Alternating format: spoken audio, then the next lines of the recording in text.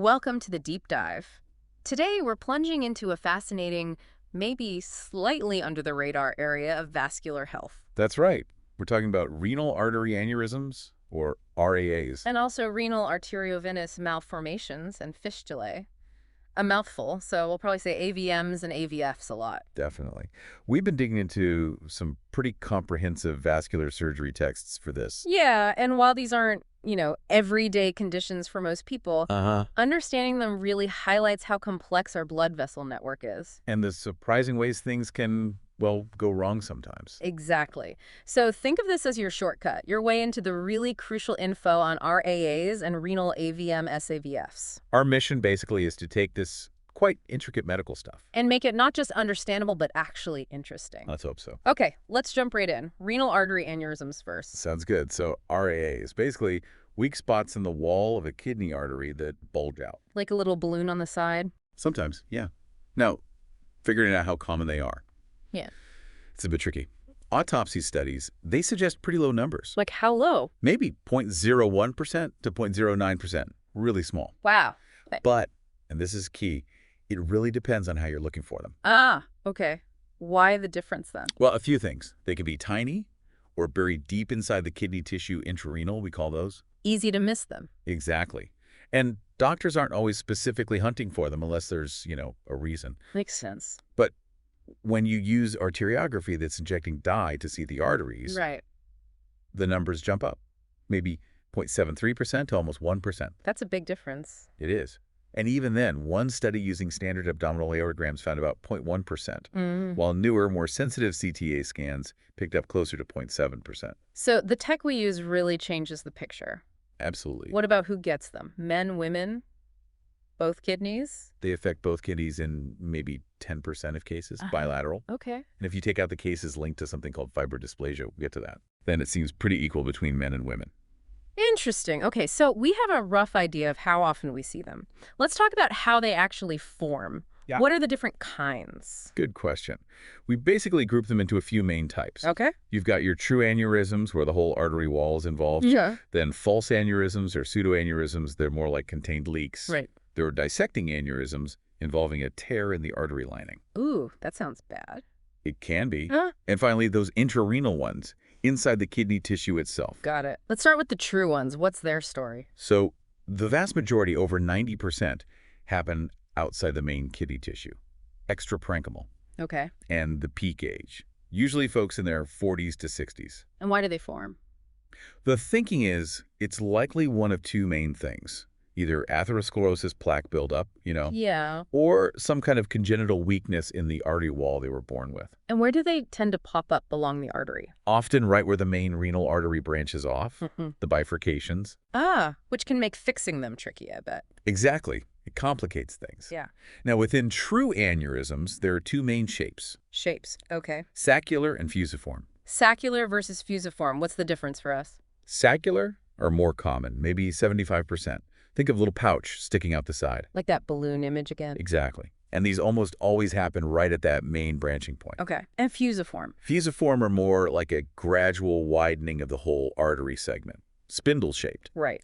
These are usually linked more to atherosclerosis or something called post-stenotic dilatation. Post-stenotic dilatation. What's that? It's where the artery widens out after a narrow spot, a stenosis. Ah. Okay, so the narrowing causes the widening downstream. Precisely. That narrowing could be from plaque or from that condition, fibromuscular dysplasia. Fusiform ones often affect the main trunk of the artery. Which might make them a bit easier to fix sometimes. Potentially, yeah, compared to those complex branch point saccular ones. You mentioned fibrodysplasia or fibromuscular dysplasia a couple of times. Tell us more about that connection. Right, FMD is a big player.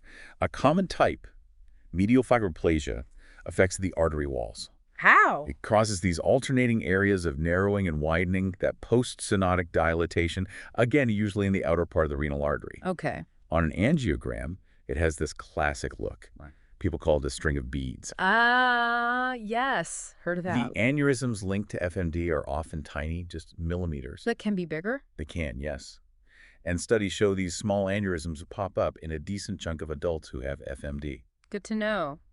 Any other rare causes? Just briefly, Ehlers-Danlos syndrome. It's a connective tissue disorder, makes arteries very fragile. higher risk of rupture. Okay, wow. That covers true aneurysms well. What about the false ones? Pseudoaneurysms, Right, false aneurysms. These happen because of an injury to the renal artery. like trauma. Exactly. Blunt trauma, like a car crash Ah. or penetrating trauma. Also, sometimes iatrogenic causes. Iatrogenic medical procedures. Yep. Like complications from catheter procedures or maybe after a kidney removal surgery, a nephrectomy. So it's not a true bulge, but a leak that gets walled off? Precisely. The wall is scar tissue and inflammation, not the actual artery layers. Got it. And dissecting aneurysms, you said they sound serious. Well, spontaneous ones that only affect the renal artery, not starting in the aorta, are actually quite rare. Okay. But when these primary dissections do happen and form pseudoaneurysms, they seem to hit the renal arteries more than other peripheral ones. Interesting. Why do they happen? It starts with a tear in the inner lining, the intima, often linked to atherosclerosis, again, Mm-hmm. but also those dysplastic conditions like FMD or trauma. The incidence in FMD patients varies a bit in studies. What's the main challenge with dissections? A big one is that they often extend down into the smaller artery branches. Really complicates repair efforts. And trauma-caused dissections, any specifics? Yeah, serious blunt abdominal trauma can cause them. Car accidents, falls, also rarely during catheter procedures. Blunt trauma ones are more common in men and often affect the right kidney, maybe due to anatomy, how it sits. How does the trauma cause the tear? Could be severe stretching of the artery or it gets compressed against the spine. The catheter-induced ones are thankfully rare. And lastly, those intrarenal ones inside the kidney. Right. Less than 10% of all RAAs. Yep. Located right within the kidney tissue. What's unique about them? They're often multiple. Could be congenital, linked to collagen vascular diseases, or post-traumatic. Uh-huh. Sometimes they're found with arteriovenous fistulae too, maybe left over after a fistula closes. And you also see them in a condition called polyarteritis nodosa. Polyarteritis nodosa. Yeah, it's a rare disease, inflammation of small and medium arteries. In that case, the aneurysms are usually in the kidney's outer layer, the cortex. Okay, quite a range of possibilities there. So how do people usually find out they have one? What are the symptoms? Well, the truth is, most RAAs cause absolutely no symptoms. Asymptomatic. So they're found by accident. Very often, yes. Mm-hmm. Incidentally, during imaging, like an ultrasound, CT, MRA, or arteriogram, done for something else entirely. But when they do cause symptoms, what are we looking for? The main things are rupture, which is the most critical. Okay. Hypertension, so high blood pressure, pain, and haematuria, which is blood in the urine. Let's talk rupture first. What does that look like? It's usually sudden, severe abdominal pain. The abdomen might look swollen, distended, and their blood pressure drops hypotension. That's an emergency. Definitely. What about pain otherwise? Can a stable aneurysm cause chronic pain? Generally, no. A stable, unruptured, non-inflamed RAA isn't likely to cause chronic pain. If someone has long-term belly pain, you need to look for other causes. Good point. And the hypertension link. How does an aneurysm cause high blood pressure? It can, especially if it's severe hypertension. There are a few ways. Okay. Small clots, emboli, can break off from the aneurysm, travel downstream, block tiny vessels in the kidney. Right. The kidney senses less blood flow and releases renin. Renin, that hormone that raises blood pressure. Exactly. Yeah. It kicks off a cascade that constricts blood vessels, makes you retain fluid, bumps up the pressure. What else? The aneurysm itself could press on a nearby artery branch, Hmm. or clots inside it could narrow the main artery. Both can trigger that renin response. I see. And remember that post-stenotic dilatation, a narrowing causing a fusiform aneurysm downstream. Yeah. In those cases, it's often the narrowing that's the main driver of the hypertension, not the aneurysm part itself. So saccular or intrarenal ones are less likely to cause hypertension directly. Much less likely, yeah. It's really important not to just assume an RAA is causing hypertension, especially when deciding on treatment. Why is that? Because just like with simple renal artery stenosis now, we often manage the hypertension with meds first. Intervention isn't always needed. We should hesitate before jumping to surgery or endovascular treatment just for hypertension, potentially linked to an RAA. Good caution. What about how dissections or intrarenal aneurysms show up? Someone with an aneurysm from a dissection might have bad flank pain, maybe blood in the urine, or a sudden jump in blood pressure. Though many dissections are actually asymptomatic. How do you diagnose those? CT angiography or MRA are the go-to tools. They show the tear really well. And the intrarenal ones? If they rupture, they can bleed into the kidney's collecting system, causes pain, blood in the urine visible or microscopic. Rarely, they can even block urine flow. Okay, so given all these possibilities, when do doctors actually decide to treat an RAA? The main triggers for intervention are the risk of rupture, definite aneurysm-caused hypertension, an acute dissection, or other clear symptoms. But it's not always straightforward. No, definitely not. There's still debate, especially for asymptomatic ones. We lack really large, definitive studies to give us perfect guidelines, and even the best way to treat them is constantly evolving. Let's focus on rupture risk. When does that worry level get high enough to act? Well, actual rupture needs emergency intervention, no question. The mortality rate is significant, maybe 10% in men and non-pregnant women if it happens. Scary. Yeah. The traditional advice was repair anything over 2 centimeters. But that's changing. It seems so. More recent studies, following patients longer, suggest that might be too aggressive for many. How so? Older studies showed higher rupture rates, sure. But newer series looking specifically at asymptomatic RAAs, they show a much lower risk, even for aneurysms up to 4 centimeters. Okay. Pooled data analyses support this to very low rupture risk in monitored aneurysms. So maybe watch and wait more often. Potentially. Given the risks of intervention, especially open surgery, a more conservative approach often makes sense now. Are there official recommendations? The Vascular Low-Frequency Disease Consortium, they study rare stuff like this, suggests considering repair for asymptomatic RAAs over 3 centimeters in men and post-childbearing women. 3 centimeters? Yeah, though some experts might even push that to over 4 centimeters now. What about other factors like calcium in the wall? Does that make it safer? That's been debated. Yeah. Old idea was maybe calcification protects it. More recent evidence, including from that consortium, suggests calcification doesn't really stop growth or prevent rupture. So it's not a reliable safety sign. Gotcha. And pregnancy, that sounds like a special case. It absolutely is. Pregnancy dramatically increases the rupture risk. Why is that? Probably a combination of things. More blood volume, higher heart output, hormonal changes weakening vessel walls, plus the physical pressure from the uterus. Wow. And the outcomes if one ruptures during pregnancy? They're grim. High rates of death for both mother and baby have been reported, even with relatively small aneurysms. So the approach has to be different. Definitely more aggressive. Either surgery or endovascular repair is generally recommended for pregnant women if the RAA is more than 1.5 times the diameter of the normal artery next to it. Okay. So summarizing intervention triggers based on rupture risk. For men and women past childbearing age, if they're good surgical candidates, repairing over 3 centimeters, maybe even over 4 centimeters if you're being conservative, seems reasonable if kidney removal is unlikely. But for women who could still get pregnant? Any RAA bigger than 1.5 times the adjacent artery diameter, usually recommended for repair. Much lower threshold. Okay, very clear. Now, what about hypertension as the reason to intervene? Right. High blood pressure is common in patients with RAAs, yes. Yeah. But it's not always caused by the RAA unless there's that associated narrowing or compression we talked about. So studies show it's not usually the aneurysm itself. Some studies suggest only a minority actually have true renovascular hypertension from the RAA itself. So the rule for treating Should be the same as for renal artery stenosis alone. Intervene only if medical management fails to control the blood pressure adequately. and if hypertension is the main reason they're considering repair. Definitely get a nephrologist, a kidney specialist involved. Make sure the evidence strongly points to the aneurysm being the cause. And if you do intervene, you need to fix both the narrowing, if there is one, and the aneurysm. Makes sense. What about intervention for dissections or other symptoms? Acute dissections, causing an aneurysm and threatening the kidney. That needs urgent action. Sometimes, unfortunately, it means nephrectomy, removing the kidney if there's too much damage or time is critical. But not for chronic dissections. If it's a chronic dissection, the hypertension is well controlled with meds. Or if it's found incidentally with no aneurysm and no symptoms, then repair usually isn't justified. And symptomatic intact RAAs.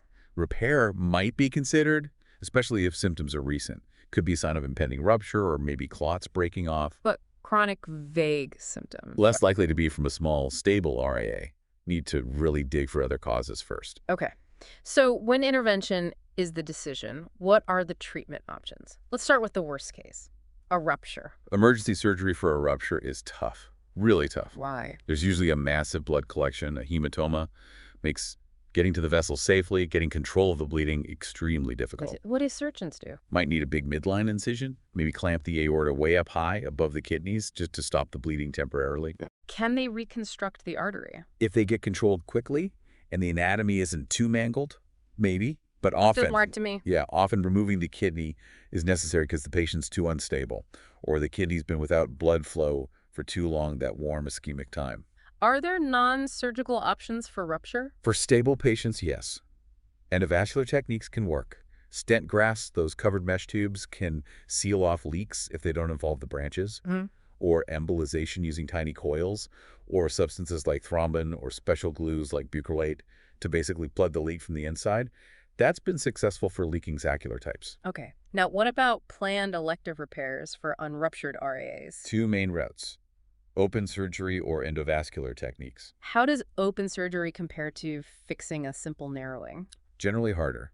RAAs often extend past that main artery split into the branches, sometimes even into the kidney tissue. So what surgical techniques are used? For repairs done in situ directly on the kidney, surgeons might do an aneurysmorrhaphy, basically sewing up the aneurysm sac, or reconstruct the artery, maybe direct connections, or using grafts, often taking a piece of the patient's own artery from the pelvis, the internal iliac.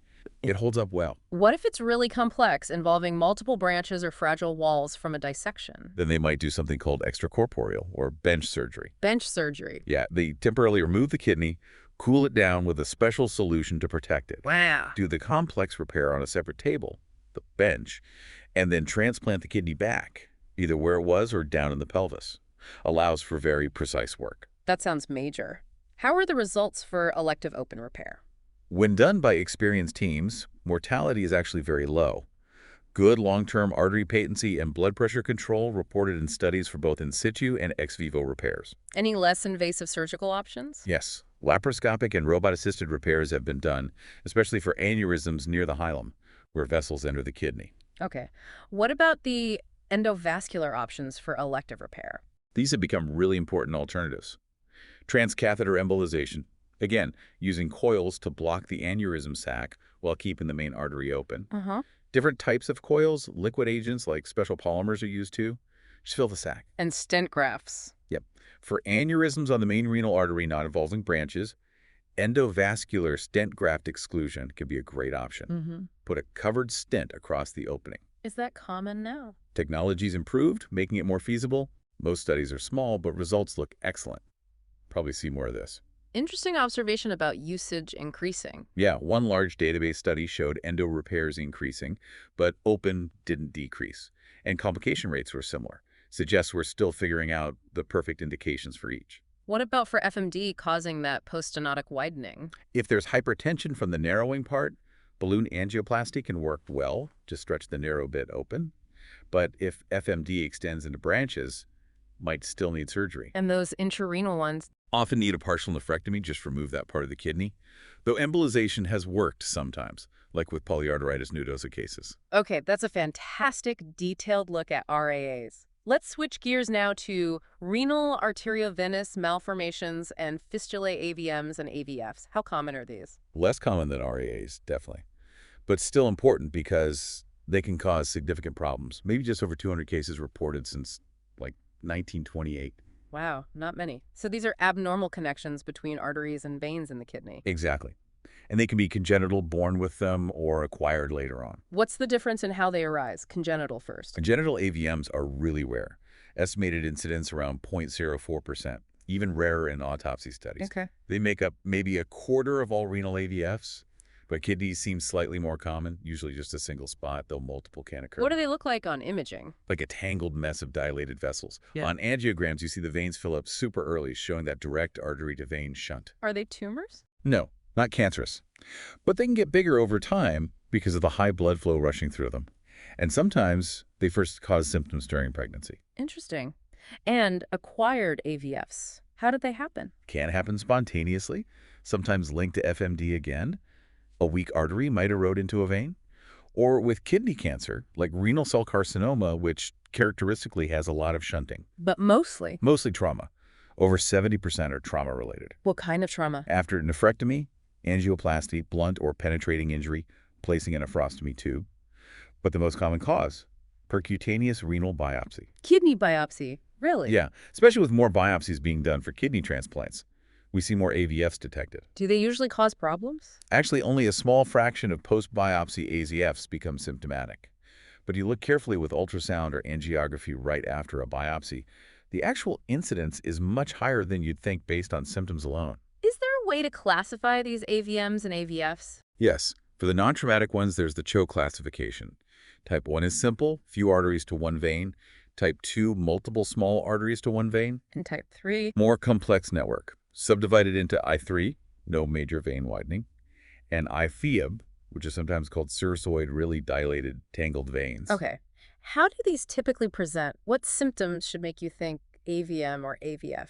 Like RAAs, many are asymptomatic, found by chance. But if symptomatic, For congenital AVMs, the most common symptom is haematuria, blood in the urine. why blood? Those dilated veins sit just under the lining of the kidney's collecting system. They can erode through and bleed, usually small amounts, but can be significant. What else? Hypertension, common in both congenital and acquired symptomatic ones, often renin-mediated from that arterial steel blood bypasses kidney tissue. Kidney thinks pressure is low. Any other signs? Maybe some intermittent flank or back discomfort, sometimes linked to the bleeding. If the lesion is really large, shunting tons of blood. Yeah. Patients can actually develop shortness of breath, signs of high-output heart failure. High output failure. What's that? The heart just gets overwhelmed trying to pump all that extra blood returning to it, leads to fast heart rate, enlarged heart. Anything we can hear. Yes. A continuous abdominal bruit, that whooshing sound with a stethoscope, is a real hallmark, especially for acquired AVFs, but often heard with congenital ones too. And rupture. Possible. Rare, but yes, can cause bleeding into the retroperitoneum or abdomen, severe pain, shock. How do you diagnose them definitively? Older tests like excretory urography were nonspecific. CT scans can often spot them, but might struggle to differentiate from a very vascular tumor. Same limitation with radionuclide scans. So newer imaging is better. Much better. CT angiography and contrast-enhanced MRA give great detail non-invasively. What about ultrasound? Color duplex ultrasound is increasingly important. Great screening tool. It shows the turbulent flow, high velocities, low resistance in the vessels. Very characteristic. And the gold standard historically? Contrast arteriography directly shows the dye rushing from artery to vein, filling the vena cava quickly, visualizing the connection. Okay, so once diagnosed, what's the treatment? Most asymptomatic ones, just watch them, monitor periodically. And the post-biopsy ones? Many close on their own, so usually watch those too with ultrasound. Only intervene if symptoms develop. There are even reports of non-traumatic AVMs shrinking spontaneously. What about medical management? Can treat the hypertension with ACE inhibitors, perhaps? But we don't really know the long-term effect on the kidney function itself. So for symptomatic ones, what are the main options? Surgery. Open surgery is still an option, but done less often now. Usually need a big abdominal incision for good vessel control. Is it easy surgery? Can be really tough. Those vessels are thin-walled, dilated, fragile. Sometimes partial or even total nephrectomy is unavoidable. What's the preferred approach then? Endovascular treatment. Percutaneous arterial embolization. We have a lot of experience with this now. Embolization again. Yep. Because kidney arteries are end arteries, block 1, you mainly affect just its territory. They're well suited for blocking off the abnormal connection. What do they use to block it? Various things. Coils, special glues, alcohols, tiny balloons. Using microcatheters lets doctors be very selective, target just the AVF, preserve kidney function. Reported kidney loss is low, maybe 0–30%. Which material for which size? Generally, glues or small particles for smaller AVS. Coils or balloons for the bigger feeding vessels. Gel foam or clot aren't used much now, risk of reopening. Microcoils are common, sometimes with liquid agents. Other endo tricks. Covered stents for large AVFs. Bare metal stents sometimes to keep coils from popping out. Radiofrequency ablation too, using heat. What about really huge AVS? Are they harder to embolize? Yes, very large ones are technically challenging. Big risk of the embolic material escaping, going to the lungs or elsewhere. Some still recommend surgery for those. Any workarounds? Maybe special devices like the Amplat spider to anchor coils, or doing the embolization in stages.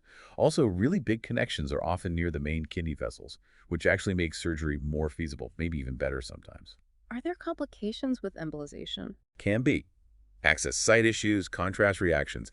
The big worry is non-target embolization material going where it shouldn't. Risk is higher with larger devices or certain agents. Sometimes use a temporary balloon to control flow during injection. How do patients feel afterwards? It's common to have a bit of fever, maybe a higher white blood cell count, even temporary hypertension right after. Post-embolization syndrome. But overall success? Usually very successful. sometimes needs a repeat procedure, Hmm. but it's definitely the treatment of choice now for symptomatic congenital and most acquired AVFs. This has been incredibly thorough, a really deep dive into some complex vascular issues. To wrap it up, what are the absolute key things we should take away about RAAs and AVFs? I'd say the big things are, one, while they're uncommon, they matter because they can cause serious problems. Two, accurate diagnosis is critical, and we rely heavily on good imaging. Okay. And three, management isn't one size fits all. It has to be tailored. Lesion characteristics, patient health, symptoms, risk factors like pregnancy. It all plays a role. And it sounds like, despite them being rare, our ability to diagnose and treat them is really advancing. Absolutely. Both surgical and especially endovascular techniques have come a long way. Hmm. It makes you wonder, Yeah. with continued research and technology, how will our approach change even more? Could we see current treatments refined or maybe entirely new paradigms emerge for tackling these complex conditions and improving long-term outcomes even further? That's a great question to leave us with, food for thought. Thank you so much for guiding us through all this fascinating detail on renal artery aneurysms and AV malformations. My pleasure. Until our next deep dive, everyone, keep that curiosity going.